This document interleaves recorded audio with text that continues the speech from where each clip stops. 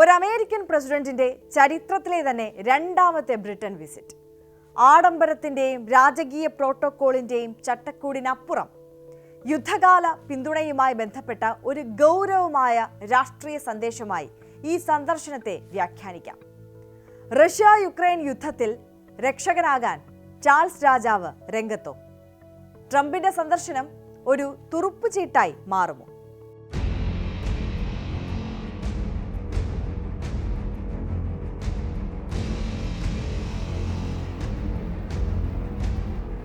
ട്രംപിനായി ഒരുക്കുന്ന രാജകീയ സ്വീകരണം ആഡംബരവും ഘോഷയാത്രകളും നിറഞ്ഞ ഒരു ഔപചാരികതയായി തോന്നുമെങ്കിലും അതിനു പിന്നിൽ യുക്രൈനിനോടുള്ള ഐക്യദാർഢ്യത്തിന്റെ ഒരു പ്രതീകാത്മക സന്ദേശം കൂടിയുണ്ട്.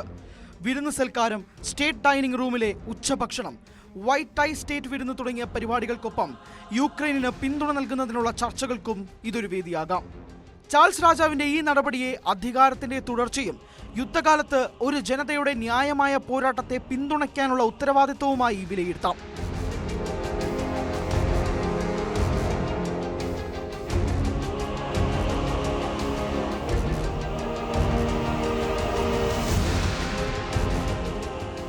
യുക്രൈനിന്റെ ഭാവിയെ സ്വാധീനിക്കാൻ കഴിയുന്ന ശക്തമായ ഒരു നയതന്ത്ര വേദിയാകാനുള്ള സാധ്യതയും ഏറെ പ്രാധാന്യമുള്ളതാണ്. ഒരു രാജ്യത്തിന്റെ സുരക്ഷയും സ്വാതന്ത്ര്യവും കാത്തുസൂക്ഷിക്കാനുള്ള ശ്രമങ്ങൾ ആഗോള രാഷ്ട്രീയത്തിലെ കുത്തൊഴുക്കുകൾക്കിടയിൽ എങ്ങനെ പുതിയ വഴികൾ തേടുന്നു എന്നതിന്റെ മികച്ച ഉദാഹരണമായും ഈ കൂടിക്കാഴ്ചയെ കാണാം. ചാൾസ് മൂന്നാമൻ രാജാവുമായുള്ള ട്രംപിന്റെ ദീർഘകാലമായുള്ള സൗഹൃദം ഒരു പുതിയ നയതന്ത്ര ആയുധമായി ഉപയോഗപ്പെടുത്തുകയാണ്. ഇതോടെ തന്ത്രങ്ങളും വിവിധ നയതന്ത്ര മാർഗങ്ങളും മെനയുക എന്നത് യുക്രൈന്റെയും സഖ്യകക്ഷികളുടെയും ആവശ്യമാണ്. മാത്രമല്ല, യുക്രൈനിന് അന്താരാഷ്ട്ര പിന്തുണ ഉറപ്പാക്കേണ്ടതും പ്രധാനമാണ്.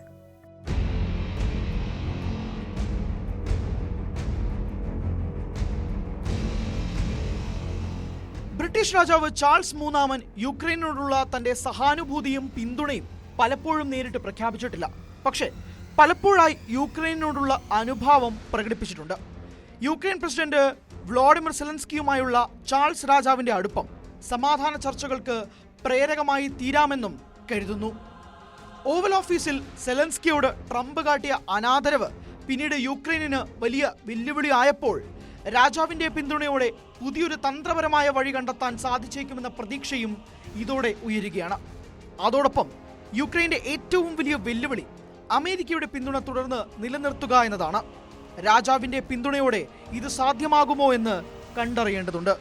ആഡംബരവും രാജകീയ ചടങ്ങുകളും മറികടന്ന് യുദ്ധം തുടരുന്ന ഒരു ജനതയുടെ പ്രതീക്ഷയെയും ഭാവിയെയും കാത്തുസൂക്ഷിക്കാനുള്ള ശ്രമമാണ് ഈ സന്ദർശനമെന്നതിൽ സംശയമൊന്നുമില്ല.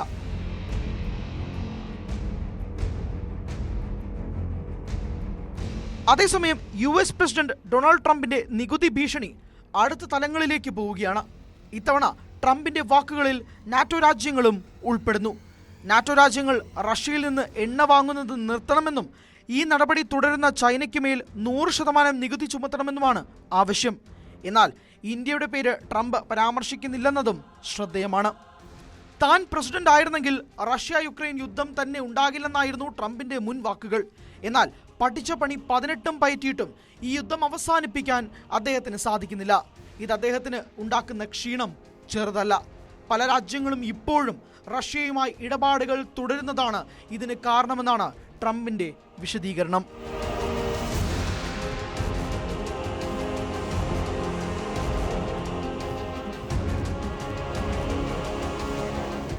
രാജാവിന്റെ ഈ സൗഹൃദ നീക്കം ആഴത്തിലുള്ള നയതന്ത്ര ബന്ധങ്ങൾക്കപ്പുറം യുദ്ധത്തിന്റെ നടുവിൽ നിൽക്കുന്ന ജനങ്ങളുടെ സ്വപ്നങ്ങളുടെ പ്രതീകമായും മാറിയേക്കും.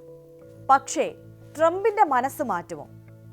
റഷ്യയുടെ മേൽ സാമ്പത്തിക സമ്മർദ്ദങ്ങൾ വർദ്ധിപ്പിക്കണമെന്ന ആവശ്യം രാഷ്ട്രീയമായി നടപ്പാക്കപ്പെടുമോ എന്നതിലും വ്യക്തതയില്ല. അനന്തമായി നീളുന്ന രക്തച്ചൊരിച്ചിലുകൾക്ക് അറുതി വരുത്തുമോ എന്നതും ലോകം ഉറ്റുനോക്കുകയാണ്.